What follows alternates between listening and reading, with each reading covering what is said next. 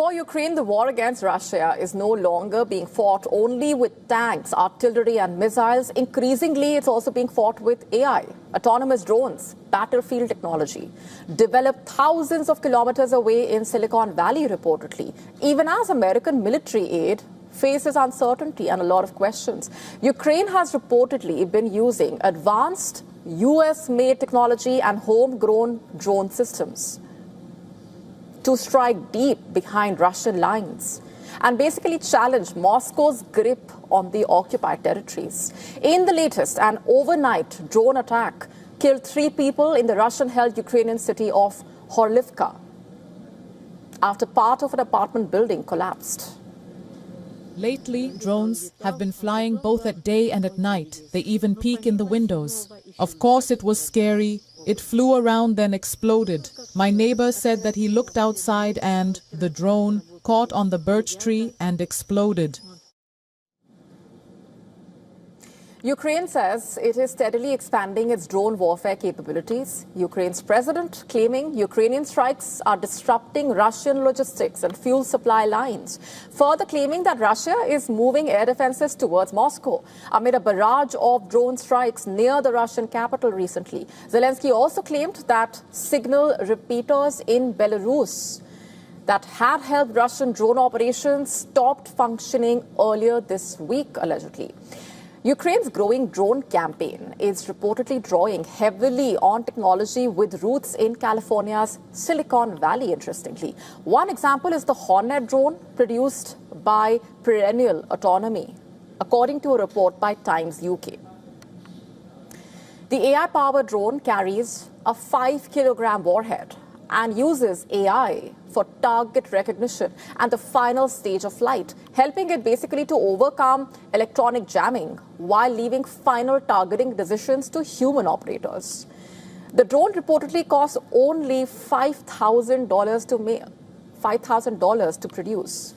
Ukrainian units have reportedly used the drone to strike Russian military vehicles, with the Hornet reportedly being used recently to hit targets in Mariupol. The company also reportedly produces the Merops interceptor drone, which Ukraine says has destroyed thousands of Russian attack drones. AI technology developed by Palantir has reportedly been integrated into Ukraine's deep strike planning, while a military data platform is reportedly helping improve target recognition algorithms using vast collections of battlefield imagery. Another crucial tool remains the Starlink satellite communications, which Ukrainian forces have reportedly used to extend the drone operations deep into occupied territory. Not just that, Ukraine also relying on domestically produced systems, of course. One of the drones, for example, carries a 40-kilogram high-explosive fragmentation warhead and has reportedly carried out strikes against Russian supply routes and key links to Crimea, including the strategic Chonhar Bridge. Let me ask you this. Would you order food on fake food delivery applications? How often do you order food online? For many, ordering food online is not just about convenience or a matter of necessity.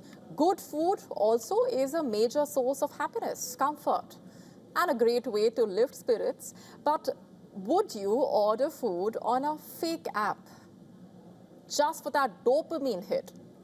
Let me tell you about what seems to be the latest Gen Z trend.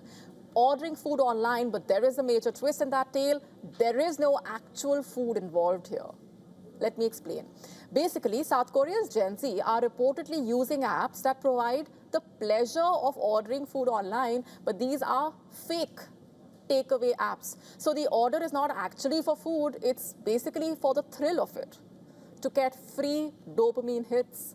So they are reportedly hooked onto these fake food apps that never actually deliver orders. Users of the apps can reportedly browse restaurants. They can also customize their orders, enter the address, going as far as choosing a payment method, even tracking a delivery rider on an app, on the map on the app. These apps are also being called something very interesting, dopamine apps. And they are reportedly increasingly gaining popularity among South Korea's Gen Z. The purpose is to simulate an online shopping experience in a way without actually making a real purchase. Of course, good food means happiness, but does fake food mean real happiness for you? Is this your cup of tea? Would you think about something like this? Here's some food for thought. Write to us and let us know your comments.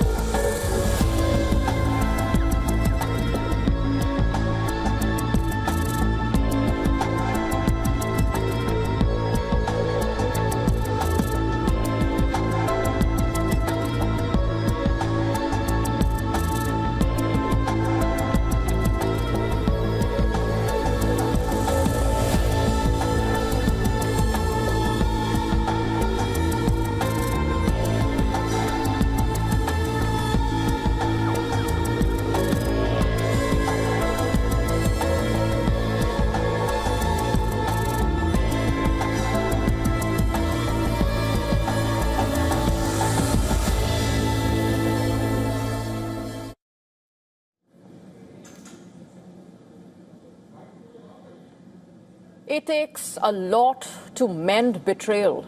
And for Donald Trump, it's absolutely critical to ensure that he does not have to walk down that path. His Gulf allies, at this point, fear betrayal. And given all that the region has endured already, it is going to take a lot to reassure them. And that's exactly the mission that the U.S. Secretary of State Marco Rubio was assigned. He may have understood the assignment very well, but how his allies grade him in the Gulf will determine a lot for America and West Asia. A lot is at stake.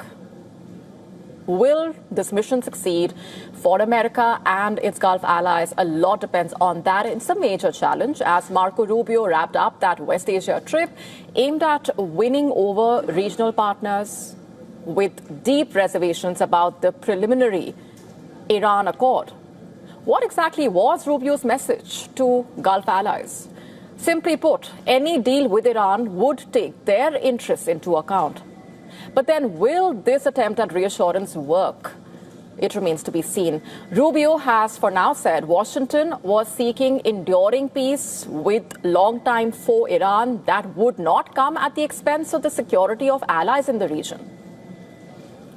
He was speaking at a meeting of Gulf Arab foreign ministers in Bahrain. The meeting of Gulf Arab foreign ministers in Bahrain, which is, remember, home to the U.S. Navy's 5th Fleet. The thing is, many of the allies see the deal as too soft. And speaking in Kuwait, for example, Rubio had this message of reassurance. Listen to this. We want them to know, and we want to reiterate and begin to talk to them and engage them on conversations about every decision that's made with regards to this negotiation. We're not going to do anything that undermines the security of our allies, our long-standing allies in the region. After coming under Iranian attack during that conflict, the allies, of course, have serious concerns and also a lot of expectations. Rubio has said that Gulf allies shared some very serious concerns and that they wanted to be informed of every step of the peace accord, which includes provisions on Hormuz, which then brings us to some of the key issues around which some of these concerns revolve. Of course, the Strait of Hormuz would top that list, given how critical the waterway is. Rubio, remember, has said if Iran threatens or blocks ships in the Strait of Hormuz, then, quoting, we are going to have a problem. He earlier told ministers that no country on earth has the right to charge for the use of international waterways, and that fees for shipping would never be part of any deal.